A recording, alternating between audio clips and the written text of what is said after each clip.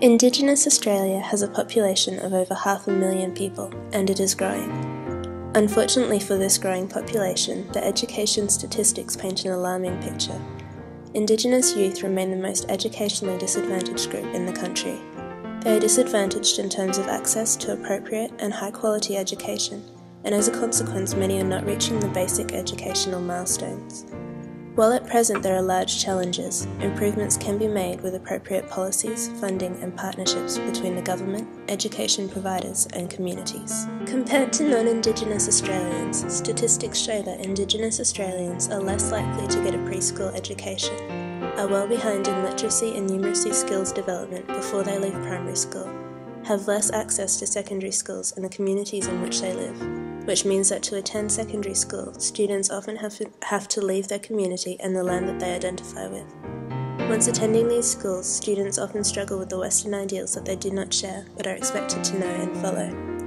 Indigenous children are absent from school 2 to 3 times more often than other students, less than half as likely to go through Year 12, tend to obtain fewer and lower level education qualifications, are far less likely to get a job even when they have the same qualifications as others, earn less income, have poorer housing, experience more and graver health problems, and have higher mortality rates than other Australians.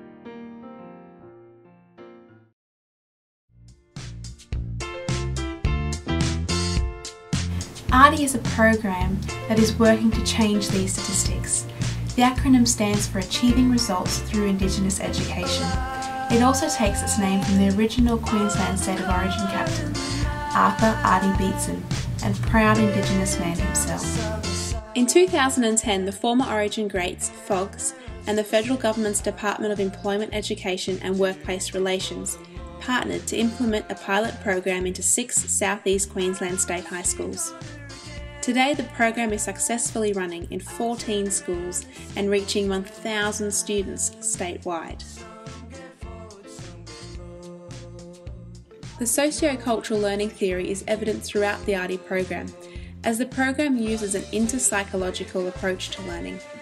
This is visible in the mentoring strategy that has been employed to engage students socially with a mentor. Through this social interaction, students enhance their knowledge and skills and ultimately improve their academic results. Mentors play a large role in the program. They work one-on-one with the students on a weekly basis to inspire and reward the academic, cultural, sporting and attendance achievements of students. An innovative e-learning program featuring blogs, social networking and interactive online learning has also been implemented and runs alongside the mentoring sessions. The aims and goals of the ARDI program include active participation in all school subjects, a high level of school attendance, improvement in literacy and numeracy levels, responsible behaviour at school and when representing the school, personal growth and positive work ethic. The program also empowers Indigenous school children to make positive life decisions around education, health and employment. Indigenous students are selected to be part of the ARDI program based on their grades and school attendance. These students are then assigned a mentor who works one-on-one with the students once a week within the classroom. These mentoring partnerships allow mentors with strengths in particular areas, such as mathematics or sports, to be paired with students who need help in these subjects. Felicity Ann Lewis, a lecturer at Flinders University, states that a positive relationship with teachers and the respect that is developed for them has been suggested to be a critical factor of the engagement and motivation of Indigenous students within the classroom. Klanowski suggests that for the curriculum to achieve equity, assessment methods need to be inclusive of and value all cultural knowledges and experiences, reflective of all ethnic groups.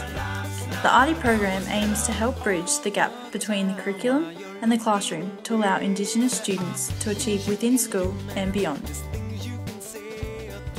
The rewards element is a significant part of the ARDI program. With the help of mentors, students set academic, attendance, effort and behavioural goals. When these goals are reached, students are rewarded with tickets either to the movies or NRL matches. However, students also set daily goals on each of the mentors' visits. When I go to Bundamba on Fridays, I find it really useful to use a star chart with my students. So the star chart has 3 sections, which are effort, behaviour and attitude, and they can get a total of 15 stars each session. And then at the end of the semester, if they have enough stars, they get to have a tour of Suncorp Stadium and a barbecue lunch with the former Origin greats. So why do I go each week to FOGS? Well, I love working with young people and interacting with them and helping them. But I know that I can't help everyone, but I'd like to think that I've helped as many young people as I can. And FOGS is just a great way that I can do this.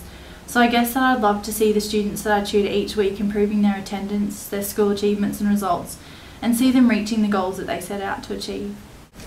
On Friday at Bundamba, I had the opportunity to work with a Year 8 boy in maths. He hadn't understood much in maths for that whole term, and that was evident in his exercise book. He'd done very little work. But as a mentor, or as Vygotsky says, a more knowledgeable other, I was able to do some one-on-one tutoring with him, and together we worked through his zone of proximal development towards a place of greater knowledge and understanding. And then we set a goal to reach at the end of the lesson, and he did that, and to see just the sheer sense of achievement on his face was priceless. He turned to me and said, "Miss, I can do it by myself now." If the RD program is not accessible at your school, you can still employ a large number of the teaching strategies highlighted in this video.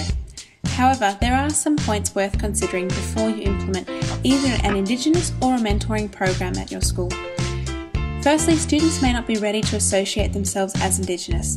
They may be ashamed of their culture, and that would need to be addressed before this particular kind of mentoring can begin.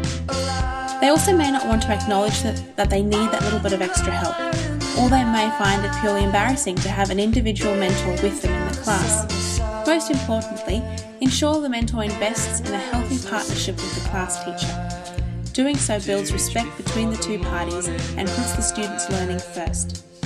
And finally, be aware that mentoring allows trust to be built between the mentor and the student. This may mean that students begin to feel comfortable sharing personal things about their life. When this happens, it's imperative that mentors are equipped with the necessary skills to deal with what they hear in a professional manner.